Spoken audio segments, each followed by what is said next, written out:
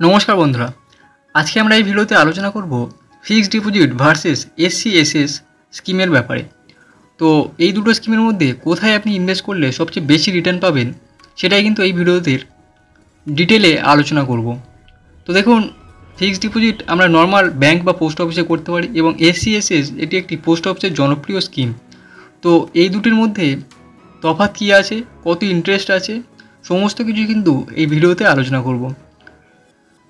তো আপনি যদি এসসি/এসএসে অলরেডি ইনভেস্টেড হয়ে থাকেন বা ফিক্সড ডিপোজিটও করে থাকেন তাহলে অবশ্যই কমেন্টে জানাতে পারেন।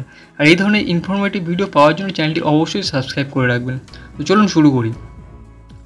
তো দেখুন, সিনিয়র সিটিজেন সেভিংস স্কিম অর্থাৎ এসসি/এসএস এবং এসবিআইয়ের 5 বছরের ফিক্সড ডিপোজিট অনেকেরই পছন্দের তালিকায় থাকে। এই দুটির মধ্যে তুলনা করা হলো। দুই স্কিমের সুদের হার, টাকা তোলার নিয়ম এবং আয়ের দিক থেকে বেশ কিছু ফারাক রয়েছে। যেমন ধরুন, এসসি/এসএস কোয়ার্টারলি ইন্টারেস্ট দেয়, রিটার্ন বেশি। অন্যদিকে এসবিআই এফডিতে কোয়ার্টারলি ইন্টারেস্টের ব্যাপার নেই, তবে আয় তুলনায় কিছুটা কম। আসুন বিষয়টি বোঝার চেষ্টা করি। দেখুন, এসসি/এসএসে সুদের হার বছরে 8.2%, জানুয়ারি 24-এর হিসাব অনুযায়ী। তো প্রতি 3 মাস অন্তর একবার সুদের টাকা জমা হয়, 1 এপ্রিল, 1 জুলাই, 1 অক্টোবর এবং 1 জানুয়ারি। তো 60 বছরের বেশি বয়সরা এসসি/এসএসে বিনিয়োগ করতে পারেন। এছাড়া 55 থেকে 60 বছরের অবসরপ্রাপ্ত কর্মী এবং 50 থেকে 60 বছরের অবসরপ্রাপ্ত ডিফেন্স কর্মীরা রিটায়ারমেন্টের বেনিফিট পাওয়ার 1 মাসের মধ্যে এই স্কিমে বিনিয়োগ করতে পারেন। তো এসসি/এসএসে ন্যূনতম 1000 টাকা জমা করতে পারেন এবং সর্বোচ্চ 30 লক্ষ টাকা জমা করতে পারেন। এই স্কিমে বিনিয়োগ করলে 80C ধারায় কর ছাড় পাওয়া যায়। তবে বছরে সুদের পরিমাণ 50,000 টাকা ছাড়ালে টিডিএস কাটা হয় যদি ফর্ম 15G এবং 15H জমা দেওয়া না হয়। অর্থাৎ এখানে কিন্তু আপনি ট্যাক্স ফ্রিও করতে পারবেন, ঠিক আছে।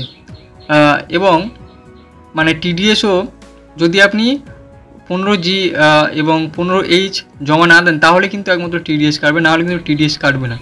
তো এখানে কিন্তু একটা খুব বড় সুযোগ রয়েছে। এবং এসসি/এসএসি প্রিম্যাচুর উইথড্রয়ালেও সুযোগ আছে, তবে একটা ফাইন দিতে হয়। যেমন ধরুন, 1 বছরের আগে টাকা তুললে কোনো সুদ দেওয়া হয় না।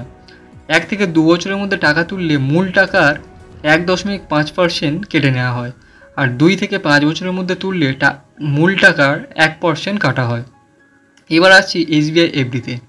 দেখুন, সাধারণ নাগরিকদের জন্য সুদের হার 3.50% থেকে 7.10% এবং বয়স্ক নাগরিকদের জন্য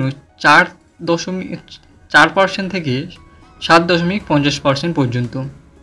5 বছরের ট্যাক্স সেভিং এফডিতে 80C ধারায় কর ছাড় পাওয়া যায়, তবে এতে লক ইন পিরিয়ড থাকে। বছরে সুদের আয় 50,000 টাকা ছাড়লে টিডিএস কাটা হয়, অর্থাৎ এখানেও কিন্তু আপনার টিডিএস কাটবে। তো আশা করছি এই ভিডিওর মাধ্যমে আমি পুরোটা আপনাকে সম্পূর্ণভাবে বোঝাতে পেরেছি। যদি কোনো কোশ্চেন থাকে তাহলে অবশ্যই কমেন্ট করে জানাতে পারেন।